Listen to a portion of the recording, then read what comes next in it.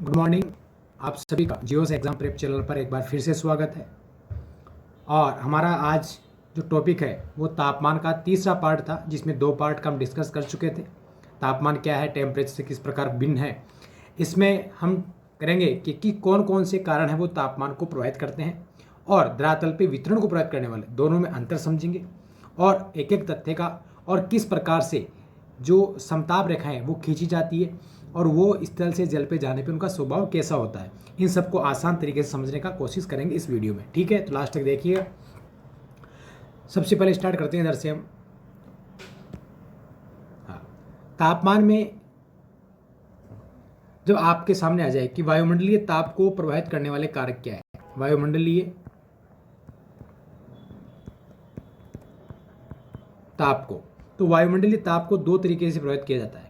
देखो, मैं वितरण की बात नहीं कर रहा हूँ, मैं वायुमंडलीय तापमान की बात कर रहा हूँ। जैसे आपने सुना होगा कि हाल ही में मानव के बढ़ते क्रियाकलापों के कारण जो वायुमंडलीय तापमान है वो बढ़ रहा है, जिसके कारण जलवायु परिवर्तन हो रहा है, ध्रुवों की बर्फ पिघल रही है। तो हमें ये समझना है कि वायुमंडलीय तापमान, तो देखो ये मेंस में भी आ सकता है या कुछ आपके ऑब्जेक्ट में आ जाए। तो इसके दो कारण है, एक तो इसका प्राकृतिक कारण है और एक मानवीय कारण है। प्राकृतिक कारणों में सबसे पहला है सूर्य ताप है। सूर्य ताप, जिसको सूर्य एक्चुअल में सूर्य ताप बोलते हैं, लेकिन अपने बोलचाल में सूर्य ताप बोलते थे। सूर्य ताप या सौर विकिरण, ये सबसे अधिक वायुमंडलीय तापमान को प्रभावित करता है। इसका योगदान तो है क्योंकि ऊर्जा का मुख्य स्रोत है। उसके अलावा प्राकृतिक रूप से ज्वालामुखी है। ज्वालामुखी से जो गैसें निकलती है वो भी प्राकृतिक रूप से क्या करती है, बढ़ा देती है। वनाग्नि लगती है कई बार, प्राकृतिक रूप से, मानव रूप से भी लगती है और प्राकृतिक रूप से भी लगती है। तो प्राकृतिक कारण, ये भी प्राकृतिक कारण हो सकता है। उसके अलावा क्या प्राकृतिक कारण है जो इनको शामिल कर सकते हैं उस मानवीय क्रियाकलाप में? औद्योगिक धंधे हो गए, ठीक है, रॉकेट मिसाइल परीक्षण हो गया, जंगलों में आग एक मानव के द्वारा भी लगती है, ठीक है, जूमिंग कृषि है, ये भी एक प्राकृतिक रूप से, सॉरी कृत्रिम रूप से तापमान बढ़ाने का एक कारण है, ठीक है। मोटर वाहन है, परिवहन के संसाधन हो गए। तो आप इसमें जितनी लिस्ट बनाएंगे वो लिस्ट बहुत लंबी हो जाएगी। तो इस प्रकार से वायुमंडलीय तापमान को प्रभावित करने वाले कारकों में ये आ जाएंगे। वितरण की बात निकले, वितरण को क्या कौन कौन प्रभावित करता है वो इधर चर्चा है। तो थोड़ा सा मैंने आपको बताया कि वायुमंडलीय तापमान को प्रभावित करने वाले कारक और वितरण को प्रभावित करने वाले कारकों में अंतर है। अब देखते हैं कि वायुमंडलीय तापमान को कौन कौन से, वितरण को कौन कौन से कारण प्रभावित करते हैं। देखो, इसमें अक्षांश है। अक्षांश सबसे महत्वपूर्ण है क्योंकि अक्षांश के अकॉर्डिंग क्या होता है कि जैसे जैसे भूमध्य रेखा से ध्रुवों की ओर जाएंगे तापमान कम होता जाता है। ये है, भूमध्य रेखा पर सर्वाधिक तापमान नहीं होता है। सर्वाधिक तापमान होता है उपोष्ण कटिबंधीय क्षेत्रों में 20 डिग्री नॉर्थ अक्षांश के पास, क्योंकि एक लैंड वाला क्षेत्र है, साथ ही साथ यहाँ पर हवाएं अवतलित होती है। विश्व के सबसे गर्म मरुस्थल यही क्षेत्र है। तो इसलिए अगर आपसे पूछा जाए कोई पर्टिकुलर अक्षांश बताइए कि जिस पर सबसे अधिक तापमान होता है, तो 20 डिग्री नॉर्थ लैटिट्यूड सबसे अधिक है। इसको तापीय भूमध्य रेखा कहते हैं। ध्यान रखना, सबसे अधिक तापमान कहाँ होता है? भूमध्य रेखा ऑप्शन में तो भी नहीं है। हाँ, सबसे अधिक सूर्य तप किसको प्राप्त होता है? देखो, सूर्य ताप किसको मिलेगा?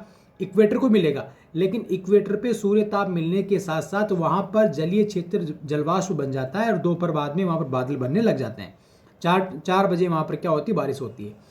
तो वो बारिश को कहते हैं टी टाइम रेन। आप सभी जानते हैं अच्छे से, नहीं जानते मैं बता देता हूँ आपको, ठीक है। लेकिन तापमान प्राप्त करने की बात नहीं कर रहे हैं, अभी हम वितरण पढ़ रहे हैं।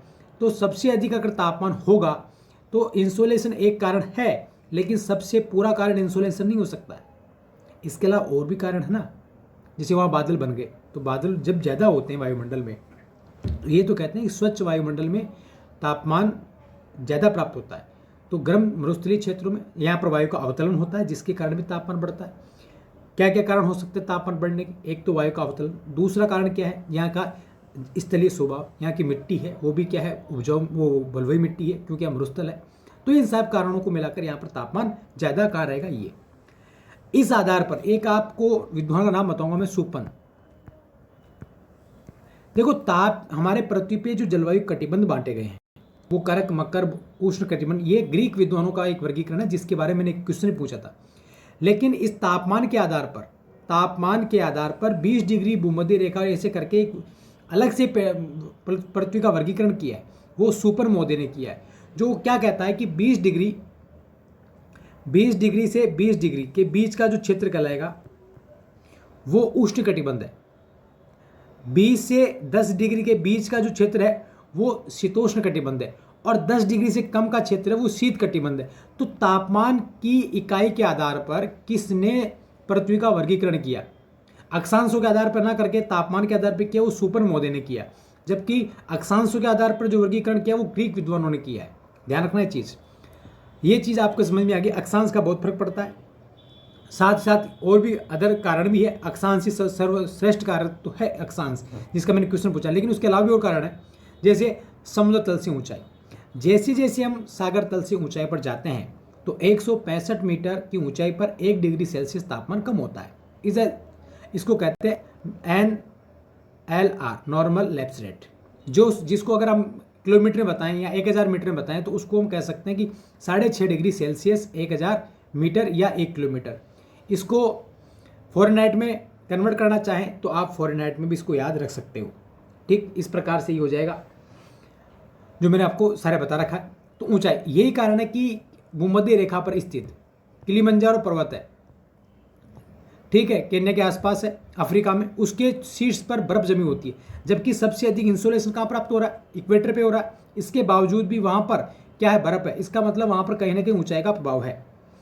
ठीक, उसी प्रकार से किसी अक्षांश पे स्थित है, समान अक्षांश पर स्थित है हमारे, ठीक है, राजस्थान वाला क्षेत्र और उधर उत्तराखंड के क्षेत्र, कुछ क्षेत्र आते हैं उत्तरी नॉर्थ में, लेकिन वहाँ का टेम्परेचर अगर देखें अक्षांश एक है, लेकिन फिर भी तापमान में बहुत सारा अंतर है, क्योंकि ऊंचाई के कारण शिमला और हिमाचल उत्तराखंड के जो क्षेत्र है वो बहुत ही ठंडे क्षेत्र होते हैं। बहुत नहीं तो ठंडे क्षेत्र, अच्छे सुहाने क्षेत्र होते हैं। क्यों? ऊंचाई का प्रभाव वहाँ पर होता है। समुद्र से दूरी, देखिए समुद्र के पास क्या होती है? नमी की मात्रा अधिक होती है, और जैसे जैसे हम समुद्र से दूर जाएंगे, जैसे जैसे समुद्र से हम दूर जाएंगे तो क्या होगा? तापमान, आर्द्रता में कमी आती है, और आर्द्रता में कमी आएगी तो शुष्कता बढ़ेगी, और शुष्कता बढ़ेगी तो तापमान ज़्यादा से ज़्यादा होगा, और वहाँ पर जो तापांतर होगा वो भी अधिक होगा। तो स्थल, ये समुद्र से दूरी का प्रभाव है। आपसे कहीं पूछ ले कि महाद्वीपों के मध्य में स्थित जो भाग है वहाँ पर तापमान अधिक होता है, इसके पीछे क्या कारण है? समुद्र का प्रभाव, बिल्कुल डेफिनेटली है। और इसी जो प्रभाव होता है, समुद्र से दूर जाने पर शुष्कता बढ़ती है वायुमंडल में, और तापमान बढ़ता है, और नमी वायुमंडल में कम होती है, बरसात कम होती है, जिसके कारण देखा होगा मोस्टली देशों के बीच में मरुस्थलीय भाग होते हैं। ठीक, तो यह प्रभाव जो बताया है वो हम्बोल्ट महोदय ने बताया है, और इसको हम्बोल्ट ने एक नाम दिया है, महाद्वीपीयता की संकल्पना। महाद्वीपीयता की संकल्पना, ध्यान रखना इस चीज को क्या नाम दिया है? महाद्वीपीयता की संकल्पना।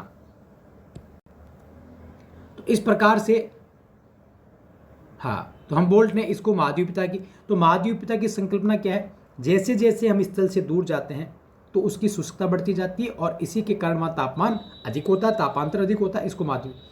धरातल की प्रकृति, कुछ धरातल ऐसा होता है जो अधिक मात्रा में इंसुलेशन को ऑब्जर्व करता है, कुछ क्या करता है? रिफ्लेक्ट करता है। अगर मान लें धरातल अगर बर्फीला है तो आपको पता है बर्फीले क्षेत्र की एल्बिडो सर्वाधिक होती है। प्रभावित करने वाले कारक में मैंने एक क्वेश्चन दिया था, इनसे संबंधित मैं क्वेश्चन कम्युनिटी में पोस्ट करता रहता हूँ, तो आप वहाँ जरूर देखें। तो धरातल की प्रकृति भी एक महत्वपूर्ण कारक है। अगर मान लो कोई कीचड़ मड वाला क्षेत्र है, बलुई मिट्टी है, या वहाँ पर काली मिट्टी ऑब्जर्व करती है, बलुई मिट्टी क्या करती है? रिफ्लेक्ट करती है। बलुई मिट्टी का एल्बिडो भी ज़्यादा है, सर्वाधिक है काली मिट्टी की तुलना में। तो धरातल की प्रकृति का प्रभाव पड़ता है। पथरीला क्षेत्र जल्दी गर्म हो जाएगा, जल्दी ठंडा हो जाएगा। मरुस्थलीय क्षेत्र भी है, जल्दी गर्म और जल्दी ठंडे हो जाएंगे। धरातल जल्दी गर्म होता है ना कुछ, तो इस प्रकार धरातल की प्रकृति का प्रभाव पड़ता है। ये सिर्फ आपको पॉइंट याद रखने, बाकी इसमें आपने पढ़ रखा होगा। स्थल और जल का वितरण, जल जल्दी से गर्म नहीं होता है, जल्दी से गर्म, स्थल जल्दी गर्म होता है, जल्दी ठंडा होता है। जल क्या होता है? गतिशील होने के कारण आ जाए कि जल देर से ठंडा या देर से गर्म क्यों होता है? सबसे मस्ट कारण है गतिशीलता। गतिशीलता बोलिए क्योंकि जब ऊपरी लहर गर्म होती है तो इसके नीचे की लहर वापस ठंडी वो धाराएं आकर उसको वापस ठंडा कर देती है। तो ये एक सर्कुलेशन चलता रहता है, जिसके कारण जल्दी से जल गर्म नहीं हो पाता है। जबकि स्थल में ऐसी गतिशीलता नहीं होती, स्थल क्या स्थिर है, तो उसमें जल्दी से ऊपरी परतें गर्म हो जाती है। एक कारण ये। इसके साथ ही जो ये देर से ठंडा होता है, देर से गर्म होता है, इसको एक अगर टेक्निक टर्म दिया जाए तो उसको देंगे कि जल की गुप्त उष्मा विशिष्ट ऊष्मा धारण करने की क्षमता है, जल की विशिष्ट ऊष्मा जो धारण करने की क्षमता है, उसी के कारण जल क्या होता है, देर से ठंडा और देर से गर्म होता है। इस प्रकार से हम इसको पढ़ लेंगे। प्रचलित पवनें, अगर ठंडे क्षेत्र से पवनें आ रही है, देखो मैंने आपको कहा था पर्टिकुलर तापमान वैसे ज़्यादा होगा वहाँ वायुदाब कम होगा, और तापमान जहाँ कम होगा वहाँ वायुदाब उच्च होगा। तो उच्च वायुदाब से अर्थात लो टेम्परेचर से हाई टेम्परेचर की ओर हवाएं आती है, इसीलिए आपको अधिकांशतः हवाएं ठंडी महसूस होती है और हवा चलती है, हमें सुकून मिलता है। लेकिन कुछ अपवाद प्रकृति में हमेशा रहे हैं। तो कुछ हवाएं क्या होती है, गर्म होती है, गर्म प्रदेश से आती है तो वो गर्मी महसूस करवाती है, जैसे लू है। और कुछ ऐसी हवाएं होती है ठंडी होती है, वो हमें ठंड का एहसास करा देती है, जैसे बोरोन है, बोरो पवनें हैं। तो हमें हवा की प्रकृति, धाराएं, वायुराशियाँ ठंडी गर्म होती है, ठंडी वायुराशि ठंड का एहसास करवाई, ठंड बढ़ा देगी। और वायुमंडल स्वच्छता, ये मैंने आपको पहले पॉइंट पे कहा था कि जहाँ बादल होते हैं वहाँ तापमान कम होता है, क्योंकि इंसोलेशन वहाँ से आ नहीं पाता है, यहाँ से परावर्तित होता है। और यही कारण मैंने कहा था कि सर्वाधिक एल्बिडो को प्रभावित करता है, वो कौन करता है, बादल। क्योंकि ये बर्फ आएगी, लेकिन बर्फ तो नीचे है ना धरातल पे, तब तक तो बात पहुँचती है तो पूरी प्रभावित कर देता है। तो एल्बिडो को सर्वाधिक प्रभावित करता है, वो कौन करता है, बादल। लेकिन सर्वाधिक एल्बिडो किसका है, ताज़ा बर्फ का, स्थायी बर्फ का नहीं, ताज़ा बर्फ का सर्वाधिक एल्बिडो होता है। एल्बिडो मैंने बता रखा है, आप मेरे पहले वाले वीडियो देख सकते हैं। तो स्वच्छ वहाँ इंसुलिन ज़्यादा होगा तो वहाँ तापमान ज़्यादा होगा। देखिए जो हमारे हॉट डेजर्ट है, हॉट डेजर्ट में क्या है, वर्षा की कमी होती है। वर्षा की कमी इसलिए क्योंकि वहाँ जलवाष्प नहीं है, जलवाष्प नहीं होगी तो बादल नहीं बनेंगे, बादल नहीं बनेंगे तो वर्षा नहीं होगी, आकाश स्वच्छ होगा, इसलिए वहाँ टेम्परेचर हाई होता है। ढाल का स्वभाव, अगर ढाल सूर्यमुखी है तो वहाँ पर टेम्परेचर क्या होगा, हाई होगा। हिमालय के दक्षिणी भाग में टेम्परेचर ज़्यादा होगा, आल्प्स के दक्षिणी भाग में हिमरेखा नहीं है। क्यों नहीं है, क्योंकि वो दक्षिण में भाग किसके सम्मुख है, इंसोलेशन सूर्य के सम्मुख है। विमुख ढाल पे तापमान कम होगा, ये आपको तापमान कम होगा, वायुदाब ज़्यादा होगा। ये चीज़ें ज्योग्राफी में तापमान वायुदाब को आप जोड़ के चलिए। महासागरीय धाराएं, डेट मीन महासागरीय धाराएं, जहाँ गर्म महासागर धारा पहुँचेगी वहाँ का बर्फ जो समुद्र है वो जमेगा नहीं। नॉर्वे की धारा, नॉर्वे का तट खुला रहता है, क्यों, क्योंकि गल्फ स्ट्रीम की गर्म धारा जाती है। उसी प्रकार तो इस धाराओं को कैसे आ सकते हैं कि भूमध्य रेखा से 0 डिग्री से 90 डिग्री की ओर जाने वाली हवाएं हैं, वो धाराएं हैं, वो गर्म होती है। और ध्रुवों से भूमध्य रेखा की ओर आने वाली वो ठंडी होती है। किनारे की धारा क्या है, ठंडी है। गल्फ स्ट्रीम धारा कहाँ है, जा रही है, गर्म है। अलास्का की धारा देखोगे आप, अमेरिका के पास जाती है इधर से, तो वो गर्म है। तो कुछ आपको देखिए, हवा की धारा की डायरेक्शन याद रखिए आप, और डायरेक्शन से भी आप अगर कॉमन सेंस लगाएंगे तो आपका आंसर बिल्कुल ठीक आएगा। ठीक है, तो आप ज्योग्राफी को एंजॉय करके साथ पढ़िए। जब हम कोई काम को एंजॉय करके करते हैं ना, तो बड़ा आनंद आता है। तो आप ज्योग्राफी को एंजॉय करके पढ़िए। अब आता है तापमान का वितरण। ये कौन सा वितरण है, ये तो प्रभावित करने वाले कारक आ गए। अब तापमान का वितरण 2 प्रकार का होगा, एक तो होगा ऊर्ध्वाधर, वर्टिकल। ठीक है, हम सौमंडल, समतामंडल ऐसे जाएंगे, ऊंचाई की ओर जाएंगे तो ये तो हो गया वर्टिकल। एक होता है क्षैतिज, मतलब 0 डिग्री से लेकर हम ध्रुवों की ओर जाते हैं, 90 डिग्री लेटीट्यूड की ओर जाएंगे तो तापमान का वितरण। इस प्रकार 2 वितरण लेना है। पहला वितरण हम सौमंडल में पढ़ चुके हैं कि जैसे जैसे हम ऊंचाई की ओर जाते हैं तापमान घटता है। सौमंडल की बात कर रहा हूँ मैं। तापमान घटता है, नॉर्मल लेफ्ट साइड से भी घटता है। कई बार क्या होता है कि हवा है, पर्टिकुलर हवा जा रही है, लेकिन बाहर से ऊष्मा नहीं मिलाई जाए, ऊष्मा उसमें उतनी है, लेकिन उसके आयतनिक प्रसार और आयतनिक संकुचन के कारण उसके तापमान में जो परिवर्तन होता है, उसके कारण भी तापमान घटता है। देखिए आप सपोज करिए इतना सा हम बॉक्स लेते हैं हवा का, और इसके अंदर ऊष्मा है कितनी, 2 ग्राम, इसमें गर्म है। और लेकिन ये जैसे ऊपर जाएगा वायु में डेंसिटी कम हो रही है। जब ऊपर जाएंगे दाब कम होगा, तो दाब कम होने से क्या होता है, दाबमान कम होने से उसका आयतनिक प्रसार होगा, हवा फैलेगी। हवा फैलने के कारण ये नमी जो इसमें तापमान था वो 2 ग्राम इसकी ऊष्मा थी, वो भी फैल जाएगी। तो उसकी डेंसिटी कम होने के कारण क्या होगा, इस हवा का तापमान गिर जाएगा। किस प्रभाव के कारण गिरा, आयतनिक प्रसार के कारण। अगर इसी को वापस हम और बॉक्स में कर दे और छोटा कर दे, टेम्परेचर बढ़ जाएगा।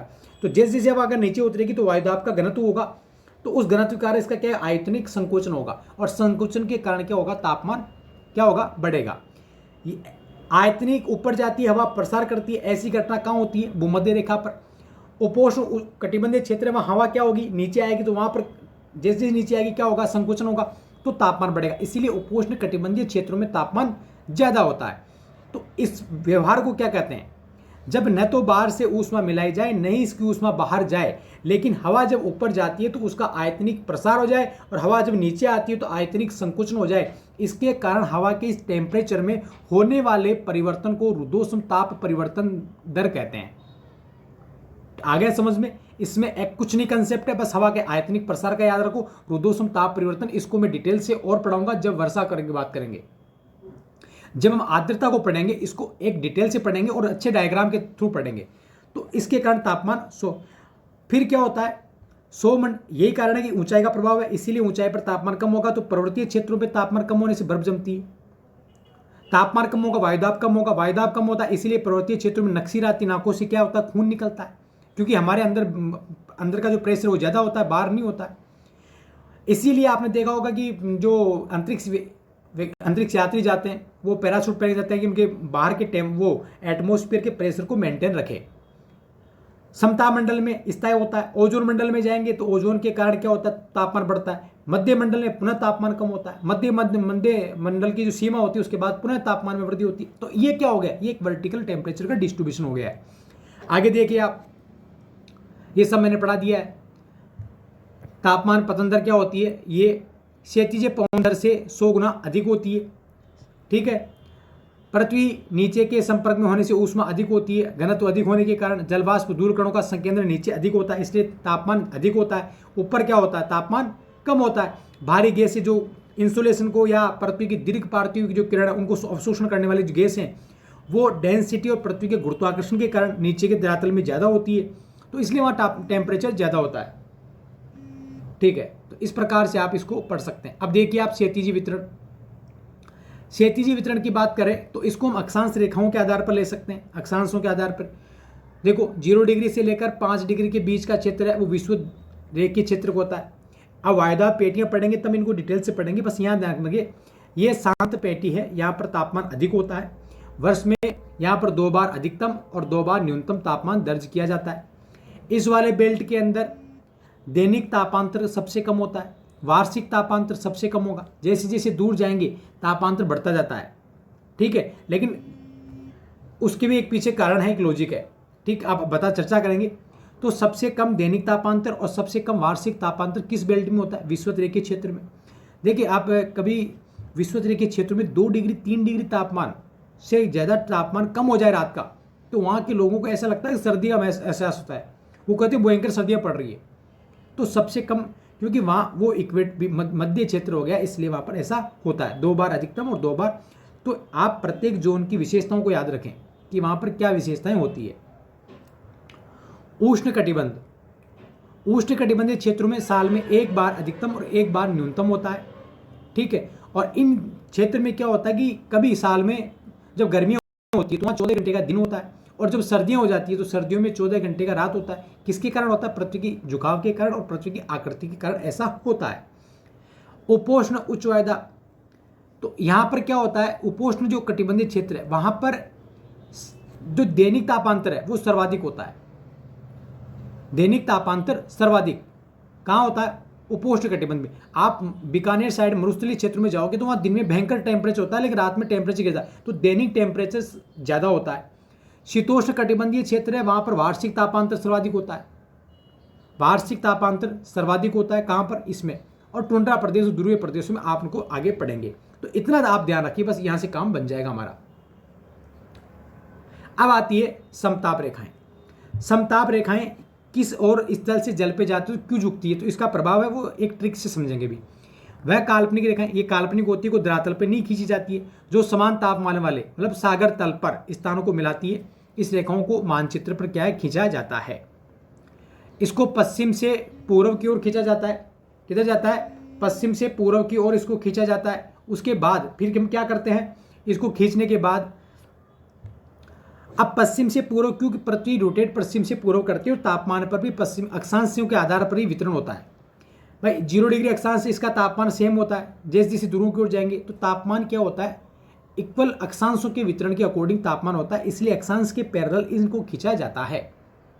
ठीक, तो वैसे पश्चिम से पूर्व खींचा जाता है अगर आ जाए स्टेटमेंट, नहीं तो पूर्व पश्चिम बात एक ही है, लेकिन पश्चिम से पूर्व कहना अधिक उचित होगा कि पश्चिम से पूर्व की ओर खींचा जाए, क्योंकि पृथ्वी पश्चिम से पूर्व की ओर घूमती है, तो टेम्परेचर भी इसी बेल्ट से जाता है।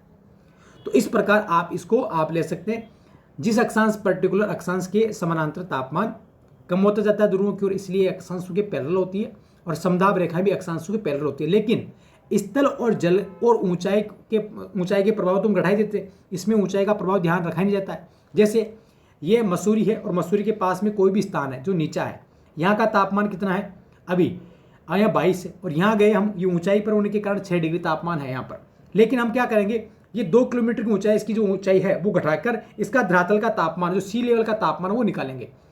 तो आपसे हो जाएगी समताप रेखाओं में, एक इंटरव्यू का क्वेश्चन अच्छा हो सकता है कि समताप रेखाओं में जो ऊंचाई, जो तापमान होता है वो किस आधार पर लिया जाता है। तो उसमें ऊंचाई के प्रभाव को घटाकर समुद्र तल के स्थान पर सबको माना जाता है, और फिर रेखाएं खींची जाती है जिसमें स्थल और जल का प्रभाव होता है, जिसके कारण क्या होता है, जो समताप रेखाएं वो घूम जाती है। जैसे जल से तो किस प्रकार घूमती है वो पढ़ेंगे अभी, कि महासागर से महाद्वीप की ओर जाएंगे, किधर घूमेगी, गर्मियों में किधर घूमती है, सर्दियों में किधर घूमती है, इसको भी अभी समझेंगे। अब जहाँ स्थल और गोलार्ध होता है तो वहाँ पर तापमान अधिक होता है, तापमान परिवर्तन अधिक दर से होता है, तो वहाँ पर समताप रेखाएं क्या होती है, पास पास होती है स्थल पे। और जल होता है वहाँ पर स्थल रेखाएं इतनी एक सरफेस एक जैसा है, पूरा स्थलीय स्थल है या पूरा जली जल है, तो जलीय क्षेत्र पूरा एक जैसा स्थल है, तो वहाँ पर समताप रेखाएं टेढ़ी मेढ़ी नहीं होगी, दूर दूर होगी। ठीक है, तो दक्षिणी गोलार्ध में जल है, इसलिए दक्षिणी गोलार्ध में सामान्यतः समताप रेखाएं दूर दूर होती है और सरल रेखा सीधी में होती है। आपसे पूछ लिया जाए स्टेटमेंट में कि समताप रेखाएं दक्षिणी गोलार्ध में अधिक वक्राकार होती है, नहीं, अधिक सरल होती है। आजकल यूपीएससी आरपीएससी में ये स्टेटमेंट वाला थोड़ा पैटर्न चल रहा है, स्टेटमेंट दे दिए कि साठ ये कौन सा सही कथन है। समताप रेखाएं उत्तरी गोलार्ध में अधिक वक्राकार होती है, घूमी होती है और अधिक पास पास में होती है। दक्षिणी गोलार्ध में सामान्यतः सरल होती है और दूर दूर होती है, क्योंकि तापमान में जितना वेरिएशन होगा उतनी समताप रेखाएं होगी, तापमान में कम वेरिएशन होगा तो कम स्थल है। तो उत्तरी गोलार्ध में क्या स्थल और जल का जो वेरिएशन है वो ज़्यादा है, जबकि दक्षिणी गोलार्ध को जलीय गोलार्ध कहते हैं, उत्तरी गोलार्ध को स्थल गोलार्ध कहते हैं। अब इसको आप, ये दो चीज़ है और इनसे दो मैप दिखेंगे। देखो समताप रेखाओं के बारे में आपने जब भी देखा होगा मैप, तो या तो जनवरी का देखा होगा या जुलाई का देखा होगा समताप रेखाओं का। ऐसा क्यों भाई, जून और दिसंबर का भी ले सकते थे, लेकिन जून और दिसंबर के पीछे एक लॉजिक है। समताप रेखाएं आर्द्र महीने के अंदर खींची जाती है, आर्द्र तापमान के अंदर खींची जाती है। इसीलिए हमने क्या किया कि आर्द्र तापमान कब होता है, जून में तो होता नहीं है, उत्तरी गोलार्ध में जुलाई में बारिश होती है, इसलिए आर्द्रता जुलाई में ज़्यादा होती है। ठीक वैसे ही गर्मी का सीजन होता है दक्षिणी गोलार्ध में, कौन, दिसंबर का महीना, तो वहाँ पर जो आर्द्रता होती है वो होती है कब, जनवरी में, तो इसलिए आर्द्र तापमान के अंदर तक खींची जाती है। अब आप देखिए इसका प्रभाव, फिर आगे इसको मैं मैप से समझा दूंगा। इसको देखिए, अगर मान लीजिए फॉर एग्जांपल अभी हम शीतकाल की बात करते हैं और दो क्षेत्र है, ये महाद्वीप है और ये महासागर है। आपको पता है कि शीतकाल में स्थल का टेम्परेचर जल की तुलना अर्थात महासागर की तुलना में कम होता है, ये आप लोग जानते हैं। अब इसको इसी चीज़ के आधार पर इसको समझेंगे, मैं इसको इससे समझाता हूँ। दिख तो रहा होगा आपको, ये स्थल है, ये जल मान लेते हैं, महासागर मान लेते हैं, और इधर वाला जो बेल्ट है वो है स्थल है महाद्वीप। अब हमने क्या देखा कि शीतकाल की बात कर रहे हैं हम, शीतकाल में हम देखें कि अगर ये स्थान यहाँ पर है और ये स्थान यहाँ पर है, तो इस स्थान का तापमान यहाँ पर, अगर गर्मी में, सर्दी की बात कर रहे हैं सॉरी, सर्दी में स्थल का तापमान कम और जल का तापमान ज़्यादा। इसलिए देखा होगा कि सर्दियों में जो हवाएं होती है, इधर तापमान कम होगा तो यहाँ हाई प्रेशर होगा, इधर तापमान ज़्यादा होगा तो इधर लो प्रेशर होगा। तो हवाएं क्या चलती है, स्थल से जल की ओर चलती है सर्दियों में, और ये कारण है कि जब स्थल से जल की ओर हवाएं चलेगी तो नमी कहाँ से लाएगी, नहीं लाएगी, बारिश नहीं होगी, तो शीतकाल में बारिश नहीं होती है। अब इस टॉपिक को आप ऐसे क्लियर करिए, ये टेम्परेचर की बात आ गई आपको समझ में। अब यहाँ का तापमान अगर 10 डिग्री सेल्सियस है तो यहाँ का इसी का तापमान पैरेलल क्या होगा, जल का तापमान ज़्यादा होगा 15 डिग्री सेल्सियस। यहाँ पर अगर 5 डिग्री सेल्सियस है, उत्तरी गोलार्ध चल रहे हैं, तो तापमान अक्षांश के ध्रुवों की ओर जाएंगे, तापमान कम होगा, और यहाँ का तापमान कितना हो जाएगा, यहाँ का होगा 10 डिग्री, 5 घटा रहे हैं, इसके सामने वाले का 5। अगर हमें समताप रेखा खींचनी है तो स्थल से जल, तो हम क्या खींचेंगे कि ऐसे जाकर 10 कहाँ है इधर, तो जैसे जलीय भाग आया क्या हो गई, ये ध्रुव था इधर 90 डिग्री। हमने ये देखा कि जैसे हम स्थल से जल की ओर गए, समताप रेखाएं ध्रुवों की ओर घूम गई। दैट मीन ऐसे आपको एग्जाम में सोल्व करना पड़ेगा स्थल और जल के तापमान के आधार पर। और ऐसे अगर आप डायग्राम बना लेंगे तो आपका क्वेश्चन गलत नहीं होगा। तो अब समताप हम क्या स्टेटमेंट निकला कि ग्रीष्म काल में, अब एक ही चीज करो, ग्रीष्म काल, अब ग्रीष्म काल का पूछ रहे तो ग्रीष्म काल में इसका जस्ट उल्टा हो जाएगा। ग्रीष्म काल में स्थल ज्यादा गर्म होता है, जल कम गर्म, तो जल पर हाई प्रेशर होगा, स्थल पर लो प्रेशर। तो गर्मियों में क्या होगी, समुद्र से स्थल की ओर हवाएं चलेगी, इसलिए बारिश होती है। एक सामान्य तापीय सिद्धांत है, हेली का दिया है 1686 के अंदर, ये सिद्धांत है और इसी पे काम करता है। तो अब स्टेटमेंट हम क्या निकाल सकते हैं कि शीतकाल में, शीतकाल के अंदर समताप रेखाएं स्थल से जल की ओर जाने पर ध्रुवों की ओर घूम जाती है, या यूं कह सकते हैं कि शीतकाल में जल से स्थल की ओर जाने पर भूमध्य रेखा की ओर घूम जाती है, घूमिए ना इधर भूमध्य रेखा की ओर, ये कह सकते हैं। अगर ग्रीष्म काल की बात करें तो ग्रीष्म काल में समताप रेखाएं स्थल से जल में जाने की ओर क्या हो जाएगी, उल्टी विपरीत हो जाएगी, इधर घूमेगी। अभी देखेंगे कैसे भूमध्य रेखा की ओर घूमती है और जल से स्थल की ओर जाने पे ध्रुवों की ओर घूमती है। अभी देखिए इसको, अब गर्मियों का देखते हैं इसमें। अब आप गर्मियों का देखो, ये जल है अर्थात महासागर है और ये स्थल है, ये 0 डिग्री है और ये 90 डिग्री नॉर्थ है, कोई साउथ कोई मालूम 90 डिग्री। अब हम कह रहे हैं कि स्थल क्या जल्दी ज़्यादा गर्म होता है, तो स्थल का तापमान यहाँ है 35 डिग्री मान लिए, तो इसकी तुलना में यहाँ पर कम तापमान होगा, जल में 30 होगा। यहाँ पर 30 है तो यहाँ पर क्या होगा 25 होगा, और यहाँ पर 25 है तो यहाँ पर क्या होगा 20 होगा। अब समताप रेखा क्या है 20, 30 से 30 को मिलाते हुए खींचो तो क्या हो गया कि ग्रीष्म काल में, जो उल्टा हो गया नहीं, ग्रीष्म काल में स्थल से जल की ओर जाने पर भूमध्य रेखा ध्रुवों की ओर घूमती है, जबकि जल से स्थल की ओर जाने पर ध्रुवों की ओर घूमती है, ध्रुव है इधर। ठीक है, तो ये आपको समझ में, अब देखिए इसको मैप से दिखा देता हूँ एक बार मैं जल्दी से आपको, ताकि और ज़्यादा क्लियर हो जाएगा। ये देखिए, अब ये जुलाई महीना है, जुलाई का मतलब आपके माइंड में आ रहा है ये उत्तरी गोलार्ध में गर्मी का महीना है। तो गर्मी में हमने क्या पढ़ा, अभी हमने पढ़ा कि जल से स्थल की ओर जाएंगे ऐसे हवाएं होगी, और ये हमने ले लिया 90 डिग्री और ये ले लिया उत्तरी गोलार्ध में गर्मी है। अभी यहाँ तो दक्षिण गोलार्ध में सर्दियाँ हैं, दक्षिण गोलार्ध की बात नहीं करें, दक्षिण गोलार्ध में देखो समताप रेखाएं ज़्यादा घूमी हुई नहीं है। अब देखिए यहाँ पर देखो, हम जैसे इस स्थान से यहाँ जा रहे हैं तो समताप रेखाएं किधर घूम रही है, जल से स्थल की ओर जाने पर ध्रुवों की ओर घूम रही है, जबकि स्थल से जल की ओर जाने पर क्या भूमध्य रेखाओं की। ये तो हमने सीखा है, ठीक है। इसी प्रकार आप देखिए ये समताप रेखाएं किसकी है, जनवरी, जनवरी का मतलब सर्दी। अब सर्दी में हमने क्या देखा था कि स्थल से जल की ओर जाने पे यूं घूम रही थी,